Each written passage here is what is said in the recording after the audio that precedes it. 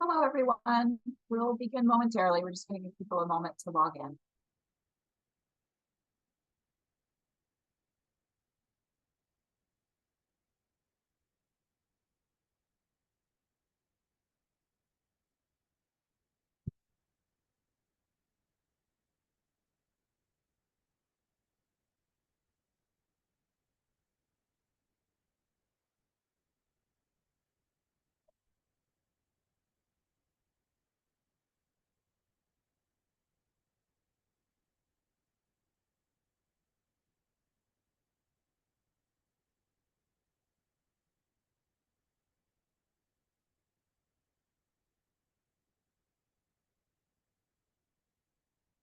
Hello, everyone. My name is Sabrina Corlett, and I'm a research professor and co-director of the Center on Health Insurance Reforms, or CHEER, at Georgetown University's McCourt School of Public Policy. I'll be your moderator today as we delve into how we pay for hospital care. I'm super excited for this second installment of our webinar series for lawmakers focused on hospital finance. If you missed our first webinar, I encourage you to check out the recording, which is posted on our website. We also just dropped the link into the chat for you, along with some additional resources. For those of you not familiar with the Center on Health Insurance Reforms, we are a team of national experts on health policy. We study the interplay of federal and state laws that affect how people access and use healthcare services. We publish numerous research studies and reports, and we also provide technical assistance to federal and state officials and other stakeholders. Before we begin, I want to thank the sponsors of today's event, Arnold Ventures, and go over a few quick logistics. First, this webinar is being recorded. Everyone will receive an email early next week with a link to the recording, slides, and any resources that we discuss today. The recording and the slides will also be posted to our website. Second, this is not a press call, so if there are any members of the media who are on the webinar, welcome. But all of the conversations today are off the record.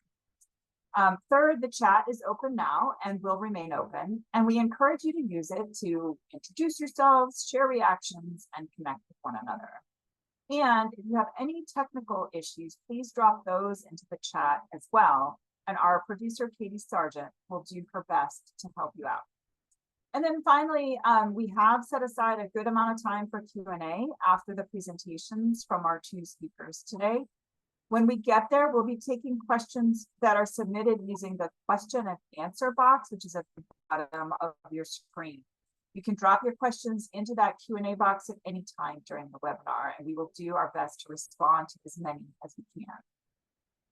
Now that we've covered those details, I am pleased to introduce today's amazing speakers. First, we are joined by Representative Nicole Macri from Washington State. She represents the 43rd Legislative District in Seattle.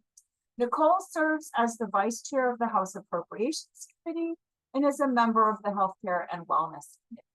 She recently carried a bill to create a healthcare cost transparency board in Washington, and she has championed legislation to regulate hospital facility fees and anti-competitive contracting. Second, we are joined by Tyler Brannon, a senior health economist at Berry Dunn, who advises state governments and nonprofits on healthcare financing issues. Tyler has extensive experience helping state agencies, nonprofits, and policymakers understand complicated healthcare financing issues and guide effective policymaking. He previously spent 16 years at the New Hampshire Insurance Department. On today's webinar, we're going to dig into exactly how hospitals make money. And we're going to shine a light on why some hospitals profit more than others. Because frankly, we need more transparency around hospital finances. Elected officials are weighing policy options for making healthcare more affordable, including strategies that directly target revenues such as facility fees and community benefits. But they are having to make these decisions without a lot of neutral information about how different policy solutions might impact hospitals' bottom line. And that's why we're here today. We hope that you walk away from today's conversation with a better grasp of hospitals' different revenue streams, how all the different pieces of the revenue puzzle fit together to cover operating costs, and the factors that influence a hospital's profitability.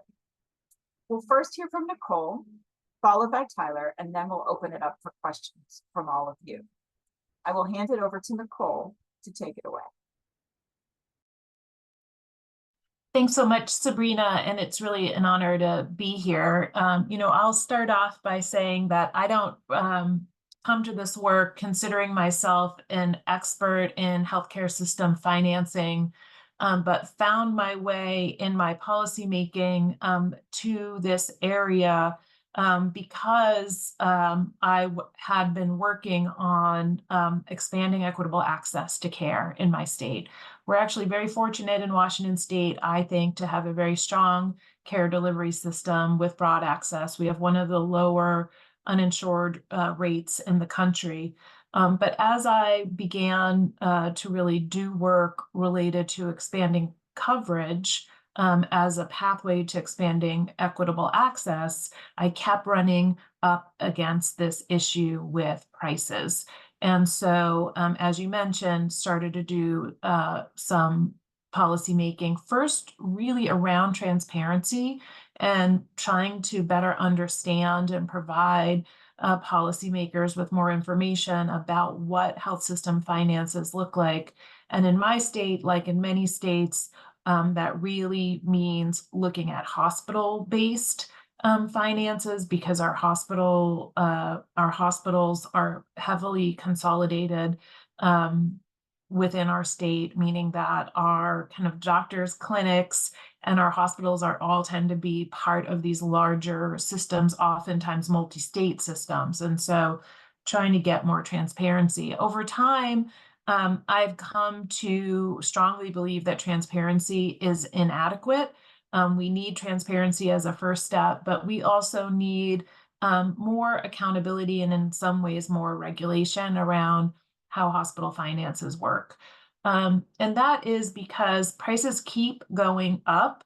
They're impacting me and my family. They're certainly impacting my constituents and people across the state of Washington who I talk with. Hospital prices continue to outpace inflation. Healthcare prices generally continue to outpace inflation.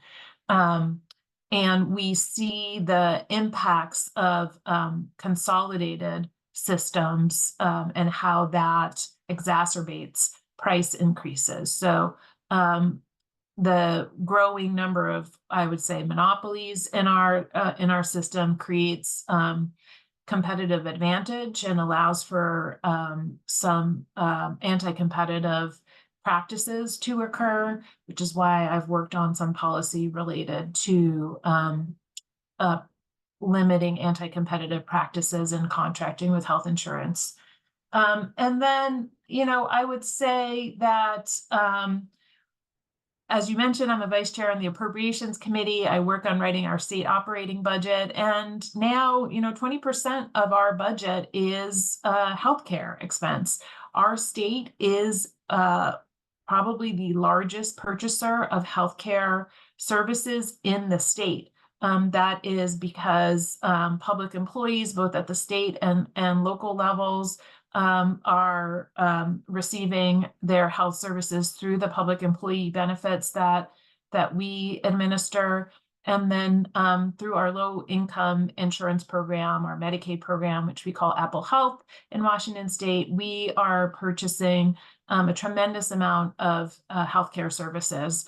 And as the prices go up, it is having huge impact on our budgets. And that impacts our ability to respond to other policy challenges in our state, including ensuring that, kids get a good education, that we can address housing challenges in our state, that we can respond appropriately to the impacts of climate change. So all of these things in our budget are competing with this ever-growing portion going to healthcare. So that's what got me into this work, and I've become educated, but I'm still a student on the nature of hospital financing. So I think I'll leave it at that as my opening comments, and I'm just delighted to hear Tyler's presentation and hope we can have some more dialogue when we get to the Q&A.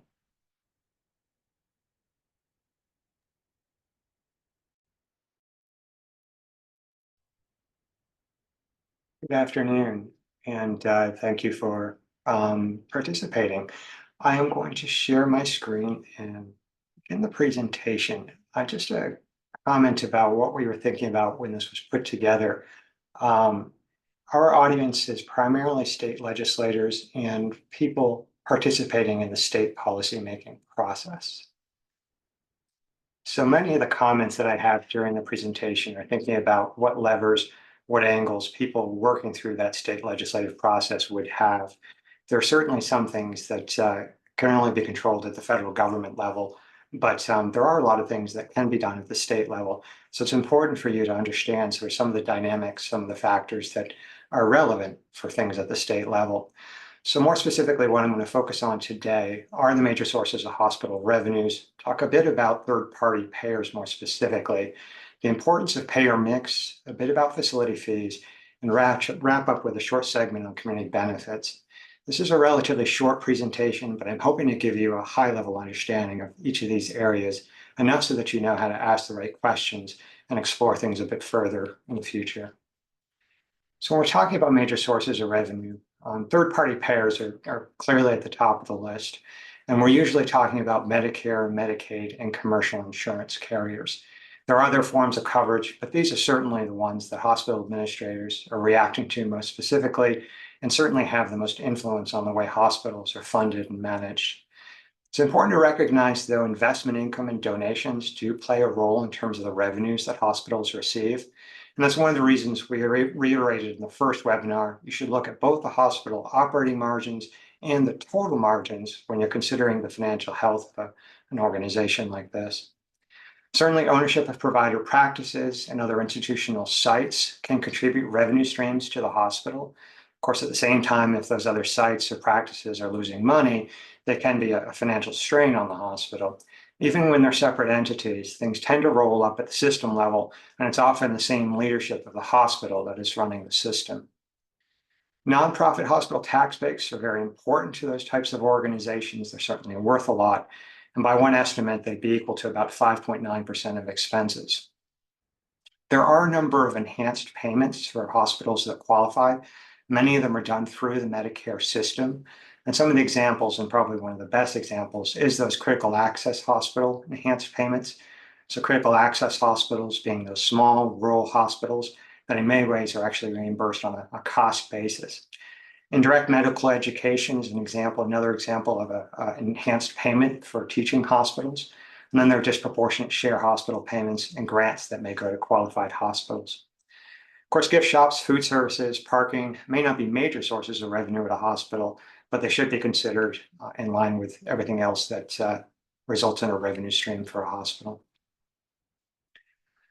So Medicare. Medicare is a federal program for people who are at least 65. You probably knew that. What you may not realize is that a lot of people on Medicare actually qualify because they're disabled. About 12% of the people who are on Medicare are disabled and under 65. So it's a special population that obviously is more resource intensive and may have special needs, but it is an area of coverage that is important to consider when we look at hospital revenues. About half of people are covered under traditional Medicare, sometimes referred to as fee-for-service Medicare. Medicare does have relatively high cost sharing, particularly in some circumstances. So people often have coverage to help with that cost sharing. In some cases, it actually covers all of the cost sharing. Medicare supplemental or Medigap insurance is typical for that. And people may choose, though, instead of that traditional Medicare model, to go into Medicare Advantage plans. And just over half of people under Medicare are now enrolled in these private plans. The thing that's important to remember for people at the state level is that there's very little that can be done by state policymakers and state insurance departments as it relates to Medicare Advantage plans. They're essentially regulated at the federal level, and beyond licensing the companies that are administering those benefits, states have relatively little role in it. That contrasts a bit with even Medicare supplemental insurance, where state insurance regulators do review those premiums, and there's a limited ability for states to interact and deal with things that are coming up on the medical supplemental side of things. It's a bit of a concern too on that Medicare Advantage side because there were a lot of concerns around the marketing practices and more recently how they're reimbursing some of the rural hospitals. But that is an area the federal government is fully responsible.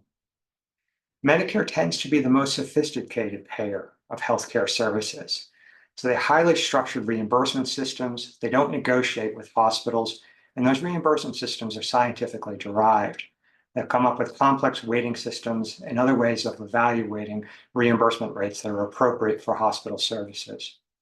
Two of the areas that there was a fair amount of development, and it goes back really to the 1980s, are with diagnosis-related groups and ambulatory payment classifications. They're both case-based reimbursement for admissions or for outpatient services. By moving toward a case-based payment instead of fee-for-service or everything the hospital might bill, the idea is let's expect the hospitals to use their resources more efficiently. Let's not order lab tests or x-rays that have limited value. Let's try to control costs to some extent and focus on the patient care. It's important to recognize too, there is the CMS Innovation Center, that is the Centers for Medicare and Medicaid Services, and they create pilot programs for other alternative payment models that don't just look at the financial piece to it, but may look at outcomes or the quality of care as well. Medicaid. So Medicaid is a joint federal and state program for people who are low income, and we used to say before the ACA, and other qualifying criteria.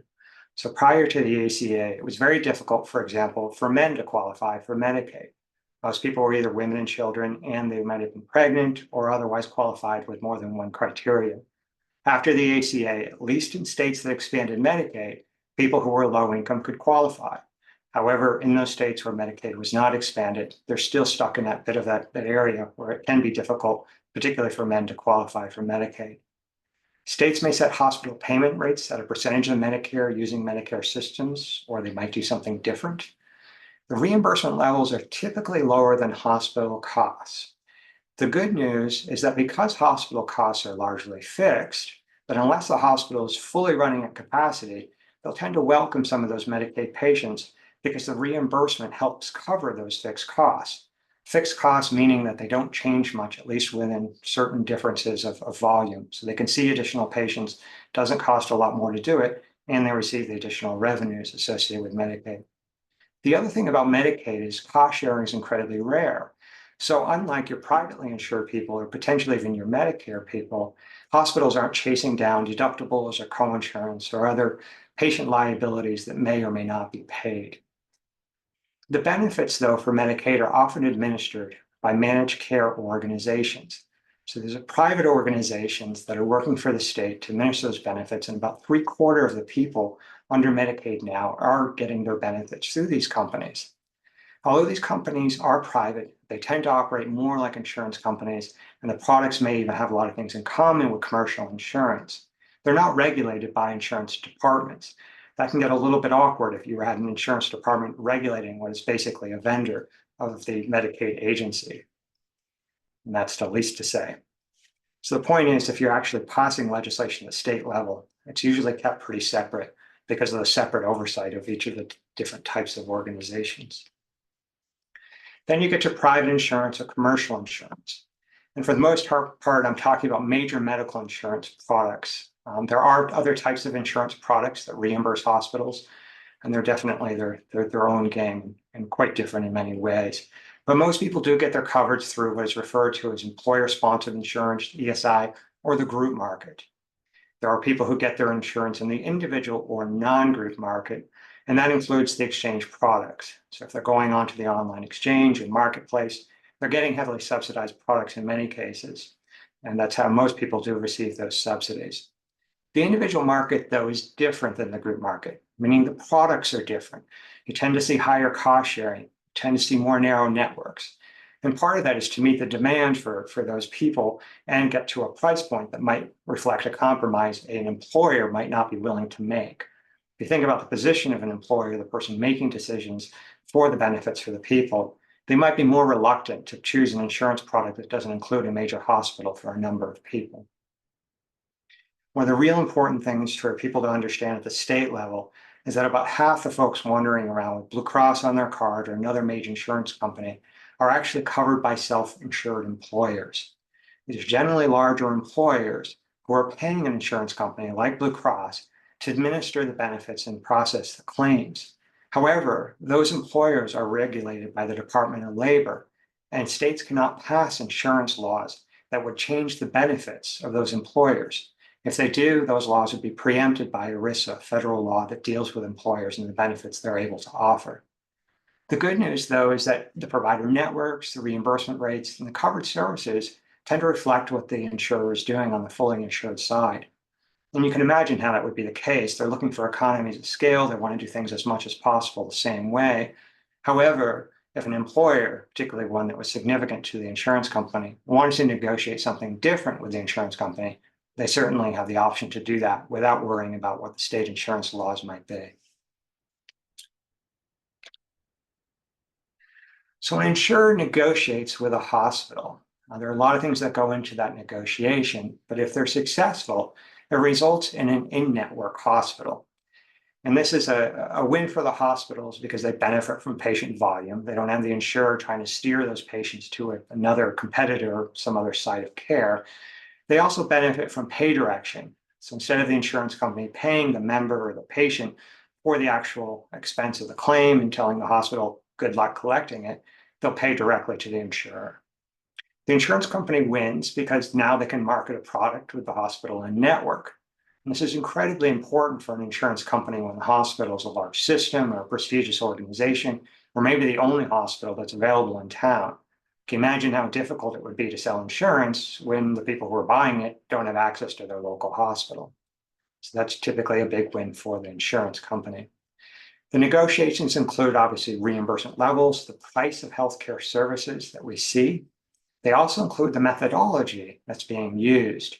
So insurers may look toward Medicare and the systems they use and implement those if the provider is willing to accept them. They may also look at sort of risk-sharing arrangements. So these could be something like a financial target that looks at costs and utilization over time. And if the costs and utilization are less than the target, it's considered a win situation. And there's a bonus incentive payment paid to the hospital. Obviously, the insurer is happier because they've been able to keep their costs down. Those targets could be based on a number of things, though, not just financial indicators. They could be based on healthcare quality or outcomes. And certainly, we're moving into a more sophisticated area of reimbursement for these things. There are a number of other things that get negotiated in this contracting process, and mostly administrative requirements like claims processing timeframes, certainly protection from balance billing, reporting and contract termination provisions are examples of some of those things. But if there is a breakdown, it tends to be around those reimbursement levels. So what about those prices that insurance companies pay hospitals? What do they actually reflect? What are they based on? Well, it's important to acknowledge the market dynamics that play out in these negotiations. And the insurance companies with the largest membership, at least in a particular community that's serving the hospital, have a competitive advantage over the smaller insurance companies that are negotiating with the hospital. This is fairly intuitive. I mean, if you think about a Blue Cross plan that might be negotiating with a hospital, they're in a position where they can say, I've got 50% of your privately insured people. And if we don't reach an agreement, I'm going to try and steer that population someplace else. Remember, hospital costs are largely fixed, so losing even a small number of those privately insured patients can be difficult for the hospital to digest. On the other end of the spectrum, though, if you're a smaller insurance company, even one that's a large national player, but you've only got a few people in the community, it's very difficult to negotiate with a hospital and say, I've got 10 people living in your community, one of them might need healthcare, and if we don't get a great deal, then I'm going to try and send that person someplace else. Probably not going to get a real good price for that insurance company. Real good meaning from the insurer's point of view. So this plays out in the way that we usually end up with 2 or 3 dominant insurers in a market, the ones that are negotiating successfully with a hospital. And then, of course, in turn, they can sell insurance premiums at a lower rate. So it's very difficult for a new insurer to break into that. And that's one of the reasons that there may be the perception, if we had a lot of insurance companies operating, our health insurance premiums would go down. we'd have to work through this sort of pricing dynamic for that to be the case. Of course, if you only have one or two insurance companies, even if they can get better prices at that particular hospital, it doesn't necessarily mean they're going to pass the savings on to the people paying those premiums, but it is one of the considerations. On the other end, on the other side of the table, there's the fact that consolidated hospital systems, large prestigious organizations, they can negotiate higher reimbursement rates for themselves. That means that insurance company working with them really has to have that provider network. Going back to selling those insurance products, if you don't have a large system, if you don't have the hospital everybody wants to use, you can't sell the insurance product. So that means at the end of the day, as an insurer, you're willing to pay higher prices for those services. And then hopefully you end up with a contract in place. So when we look at those commercial payments, Medicare is often used as the benchmark, and certainly, in my opinion, one of the most sophisticated payers out there. But those reimbursement levels that Medicare came up with, they're supposed to be enough for an efficient hospital to break even. But that being said, this report or this page came from an analysis a few years ago and showed that hospitals are receiving about twice as much as Medicare on average. Inpatient services a little less, outpatient services a bit more. And that contrasts with what we see on the physician side, where it's substantially lower. Of course, I put this slide together a few weeks ago, and then earlier this week, an updated RAND report came out, and they're suggesting that the prices are actually more like 2.5 times, 254% of Medicare, and that it's an upward trend. There is some variation, though, among the different states, and you can see sort of some cases it's below 200% of Medicare, but in others it's going above 300% of Medicare. In fact, this chart now actually might be out of date already. The Wall Street Journal reported yesterday that the prices at hospitals went up about 7.5% from a year ago. So we're already looking at potentially a bigger delta with Medicare. Of course, the other question might be, well, has Medicare kept pace with some of those costs that hospitals are incurring, things like labor costs? And I'm sure your hospital will tell you that it has not. When we look at what is driving prices in that same RAND report, they did look at the association between market share, essentially how important that hospital might be to an insurance company, and the prices paid. And they did see a strong association. So basically, those hospitals with the largest market share are able to drive higher prices. And this is information that is consistent with what other research has shown around consolidation and the negotiating power of hospitals that have a strong position in their negotiations. So looking at payer mix, you will probably see pie charts like this that are put together a little bit differently. But to the extent that you're considering these reimbursement levels and how they differ, you can see how important payer mix would be to a hospital. So this one is based on the volume of patients. It could be based on the hospital costs. It could be based on hospital revenues. Since the prices are different, those types of pie charts are going to vary a little bit. So payer mix can influence the type of services that hospitals offer. For example, maternity and mental health are good examples of ones that tend to attract higher shares of Medicaid and uninsured patients, particularly at some of the rural hospitals or others in particular geographic areas. That being the case, high margin services, perhaps with favorable payer mix, can help offset some of those low margin service lines. But this dynamic plays out in the way we look at hospital investments, where they're expanding, where they're building new sites. And the research is showing that there is an association between where those investments are taking place and the geographic areas with higher rates of commercially insured members. So that may be creating an inequity in the system as it further evolves. The other thing about payer mix is it can shift for a number of reasons. Changes in coverage, like the ACA, is one example.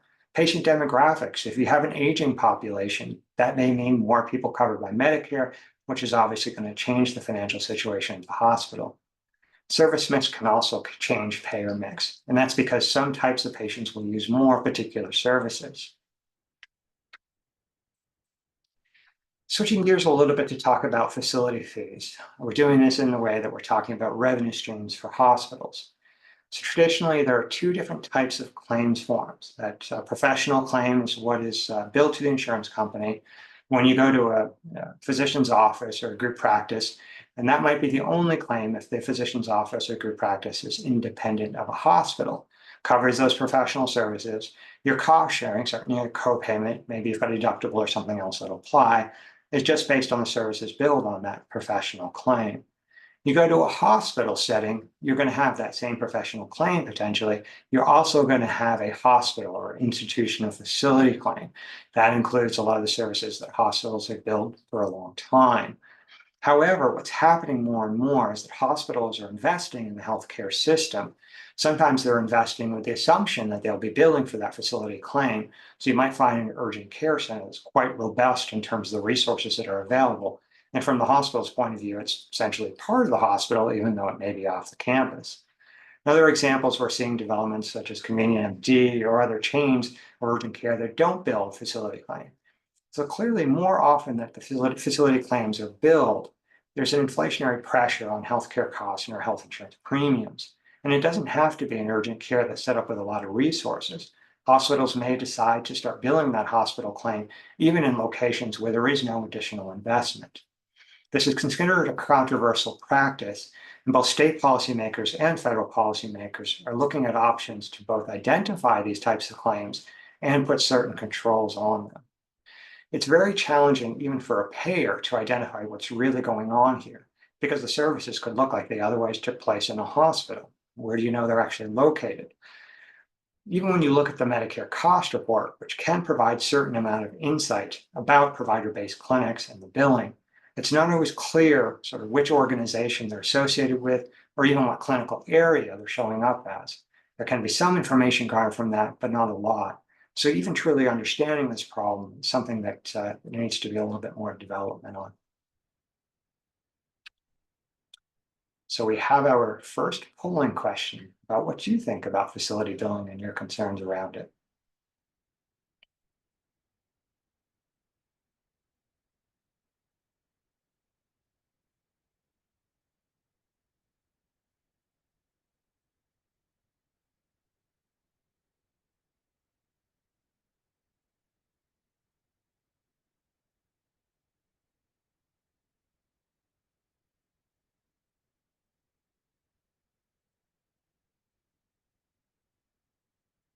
So there is a lot of concern and clearly a lot of interest in having policymakers act. Not much confidence in the fact people will be able to sort this out on their own.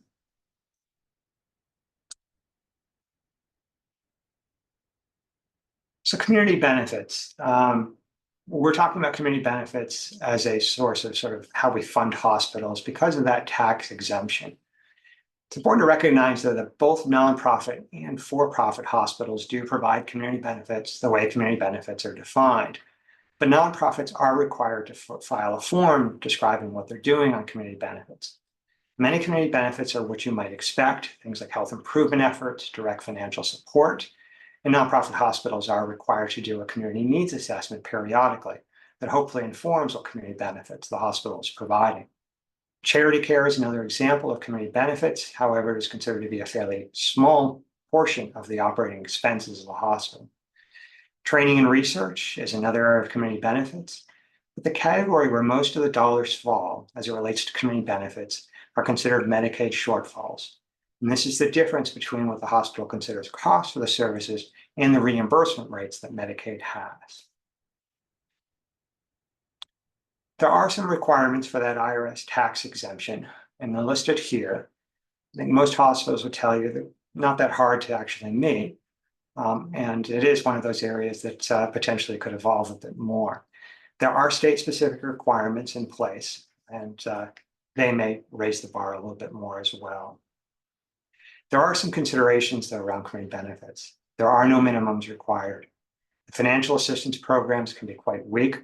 We're looking at one example of the charity care policy at a hospital that said if anybody had a liability, some payment that was already due to the hospital, they wouldn't qualify for the financial assistance program. So clearly that's going to be a challenging situation for that person going forward. It's not necessarily tied to the community needs. In all likelihood it might be, but it doesn't need to be. That nonprofit tax exemption is worth a lot. It's worth about $30 billion a year by at least one estimate. So I guess the larger question around these community benefit considerations is what do we expect of nonprofit hospitals? And should Medicaid shortfalls be the most substantial community benefit? So in summary, payer mix is important. The reimbursement rates, the number of patients that are covered by each of those organizations. The negotiations between commercial payers and hospitals are complicated, but they are influenced by market share, probably more than anything else for most cases. Facility billing is expanding, and it can be considered a controversial practice. Some hospitals are more aggressive about it than others. Hospitals do provide community benefits, but there might be opportunities on this front. So thank you very much.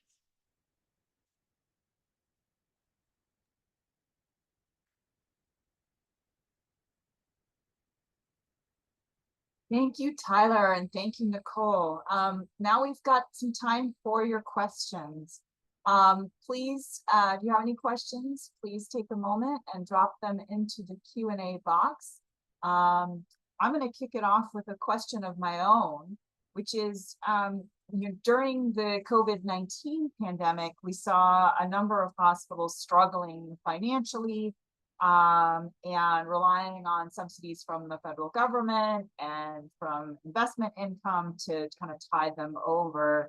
But now a lot of hospitals have bounced back. Many seem to be profitable again. Obviously, there are many reasons why we want hospitals to be profitable, and certainly for one reason, those profits can be reinvested into patient care and improving quality. But what would you say is there a right profit margin? Is there a point when we should say hospitals are making too much money?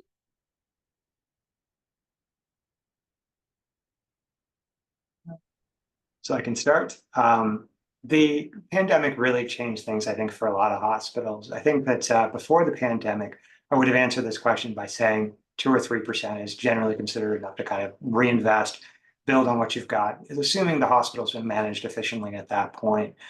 Since the pandemic, the labor costs are one of the biggest things. When we look at hospital costs, about 60% of it is labor.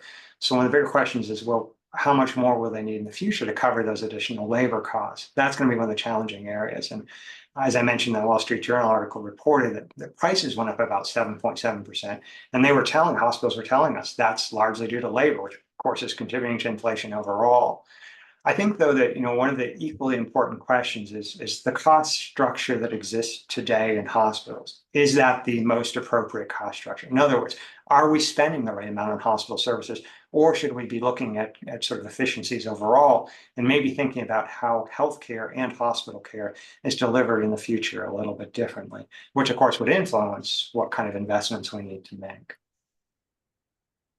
Yeah, that's great. I'll just add on to that. And I know this in the webinar that in the presentation Tyler did in the last webinar, you talked about overall margins versus operating margins. And I think that makes it, for policymakers anyway, a little bit more complicated to contemplate the health of hospital systems' financial state.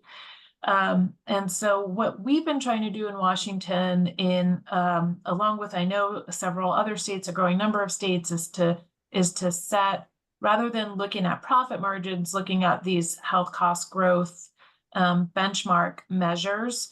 And then as prices go up, really engaging with hospitals, I think, on an more individual level to understand if we have a well-informed cost growth benchmark and we see outliers, or a cohort, which is what we're starting to see, a cohort of hospital systems that are above that benchmark, to talk to them about what is going on. Because I think there is certainly variability year to year. There are things that could happen individually within a system. There could be a global pandemic, as we saw, that can create seismic disruptions to the market. But I agree with Tyler. The example that comes to mind for me is, we talk about gain share when we're talking in the Medicaid space with our managed care insurers, like what is a reasonable profit margin or gain share or risk corridor, we sometimes call it. And in that conversation, we're talking usually in the 1.5% to 4% range. whether or not that's the right benchmark, it's difficult to say, I think, because of particularly now, the volatility that we've seen over the last few years in our health systems. Great, thank you. We're now going to turn to questions from our audience, and we already have several in the Q&A. One question is, and this might be more appropriate for Tyler, but Representative Macri, I welcome you taking this on too if you want.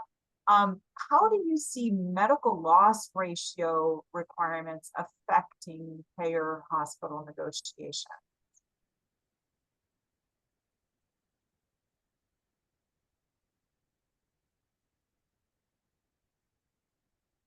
Tyler, did you hear the question? Sure, yes. So I think that it's important to recognize that insurance companies compete with each other. So there is a negotiation, and it often can be very difficult between an insurance company and a hospital. But I would say an insurer is most concerned about how their reimbursement rates compare to their competitors, which in turn allows them to price things more competitively and on the premium front. So I think to the extent that they're looking at inflationary pressures, but they're also considering medical loss ratio, for the most part, I don't think it would play into it a lot. Clearly, if they end up with a surplus like they did during the pandemic, where volume drops off significantly, even the medical loss ratio is actually a 3-year average, and the assumption was those expenses return pretty quickly, or at least significantly at some point. So I don't think it plays out a lot, but if it does, it would be with regard, I think, to considering where the insurance company's position is compared to its competitors. And there's sometimes limited information they can learn about how competitive they are from a reimbursement point of view at the hospital.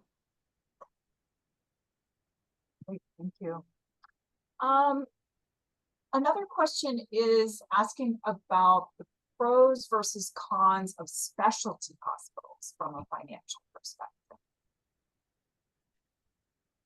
Yeah, I can start with this one as well. I think that it is an interesting place because in theory, specialty hospitals do offer an alternative, a competition in an area where there really isn't much. I mean, the way hospitals compete with each other, they might be concerned about what's going on down the street. Many hospitals are equally concerned just about what's expected of hospitals. But specialty hospitals can pull away some of the most lucrative, the best paying patients, and they don't always treat the most complicated patients. In fact, in many cases, the specialty hospitals may have physician investors who are in a position to steer patients toward those other hospitals. If you pull away some of the most profitable or the most high margin services and patients away from a more community hospital, then it puts a certain amount of stress on that community hospital to take care of the rest of the patients that may not be paying so well and maintain those service lines. So I think the short answer is it would depend on the circumstances. Not all specialty hospitals are in an area where they're going to be high margin services. In other words, they could be children's hospitals. But that being said, or psychiatric hospitals, even rehabilitation might be questionable. But to the extent they corner a certain part of the market, then they are actually in a stronger position with payers as well, to the extent they need to be in network, and they potentially can drive prices up more. So it's a bit of a mixed bag. One that did attract a lot of attention years ago, and there were even restrictions on physician investment and expansion. And of course, you could even start to consider things like the Stark laws, which have to do with how you make referrals and whether or not you benefit from those referrals. But I think, like it or not, specialty hospitals are playing a role today in how we get healthcare. Great, thank you, Tyler. I think this might be a question most appropriate for Representative Macri. This person is asking, what information do lawmakers or policymakers need to meaningfully evaluate arguments from hospitals that XYZ reform will cause financial harm? How can they get this information or expertise? Yeah, so there are some basic kinds of information related to claims paid. So, and many states at this point have set up these all payer claims databases. They take quite a lot of effort, investment by states to set them up. And we in Washington, it took us several years, but have set that up. And then Other things you can do is to contract. Washington contracted with RAND to do a deeper dive on some of the data that they have and to leverage the expertise they have about sort of hospital costs versus revenues. The thing I'll say that was a lesson to me over many years is that it is worthwhile for states to make investments in having some capacity within your healthcare agencies at the state level, or some states have set up healthcare affordability divisions to understand this data. It is very complicated. You find it in many different sources, and it really takes the technical expertise. So it is just really in the last few years that we've expanded roles like healthcare economists and data analysts to really look at this data at statewide and to understand the variations. And legislators and legislatures can be reluctant to make those kinds of investments. Like, do we really need it?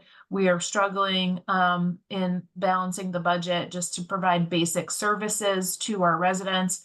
I've come to believe it is a very wise investment given the size that healthcare expenses are to every single state. So we are continuing on that journey. I know a number of states have worked on revenue strategies to fund their healthcare affordability work. We have looked at similar options in Washington State, but right now we don't have a dedicated revenue stream funding our affordability work, but have made it a priority to invest in and increase those investments in the last couple of years.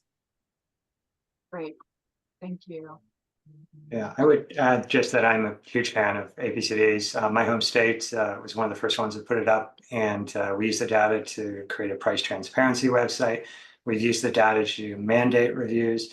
The authority for collection of the data was given to the insurance department, which intuitively makes sense because they're the ones that can enforce the provisions with insurance carriers who have the data. But the number of hearings I sat through in Commerce Committee where the questions about insurance costs, what's going on in the system today, what kind of impact is this going to be, the question about can we learn this from the APCD, and it's usually yes. I mean, we can use those data to do the type of analysis. So certainly the initial investment needs to be considered, but these are data that the insurance companies have. Patient privacy can be an equal concern, but there are ways around that. And in fact, New Hampshire is one of the states that actually is prohibited from collecting any direct patient identifiers. But having the actual allowed amounts was such a step forward from using hospital discharge data, which just had charges, and our understanding of costs is immensely better. Great, thank you both. So we have a question now. This is specifically for Representative Macri. Can you please describe the negotiations in the Washington legislature to pass facility fee legislation? What kind of opposition did you encounter? Thanks for that. I want to be clear, we haven't yet passed the facility fee. We have some facility fee transparency in Washington, but some of the regulation and limitation on facility fees, we continue to work on that policy, and the opposition is quite fierce. And I think it goes to the previous question of the kind of sky is falling response we get from hospitals when we engage in these conversations. So one thing that I have worked on, what I believe is multiple things can be true at once. So it can be true that Medicaid reimbursement rates can be too low in some instances and far from meeting costs, while the payer mix could create this dynamic of winners and losers across systems. And I know we have, I think many of us are familiar with the dynamics impacting our rural hospitals, which tend to have a much higher proportion of lower income patients. And so it's a complex environment. So in terms of facility fees and all of our affordability agenda related to hospital finance, I'll say the thing that I have learned is the importance of including both patients and payers in the conversation. When I first began negotiation related to facility fees, I was working closely with our state agencies and taking on lots of detailed conversation with hospitals about what kinds of exceptions to the policy, exemptions would be required. The specialty hospitals we just talked about, particularly our world-class cancer hospitals here in Washington State, came real hard at me related to facility fees. But building a coalition of patients and payers, I'm talking about employers who are buying health coverage for their employees, has really shifted the dynamic. The political dynamic is challenging because there's a hospital CEO in nearly every single district who has the phone number of their state legislators and will be calling to say, please don't do this. And so having some counterbalance to that to talk about not just the impacts on hospital finances, but the impact to family budgets when prices are driving more and more people into medical debt, causing people to make decisions about do I go to the doctor or do I put dinner on the table for my kids? It helps policymakers grapple with the tension between the different stakeholders that we should be responsible to. Thank you, Representative Macri. And this is also, I think, maybe a perfect point in the webinar for me to plug our third and final webinar in this series on May 31st, which will get into a number of the different policies that are being debated around affordability and hospital financing. We only have 3 minutes left, so I want to ask just one last question. Unfortunately, we're not going to be able to get to everybody's questions, but we are saving all these questions, and we will be looking for ways to respond to them, if not in the next webinar, then through other forums. I think this last question is going to be for Tyler. Tyler, what are the common characteristics of efficient hospitals? Are they for-profit? Are they not for-profit? Are they big, small, primarily Medicare or Medicaid? Or, are there some common characteristics that would help identify an efficient hospital? Yeah, that's a great question. One that I think I'd struggle a little to answer. There are certainly characteristics of hospitals that are lower priced, lower cost. And often those are examples when they have to be.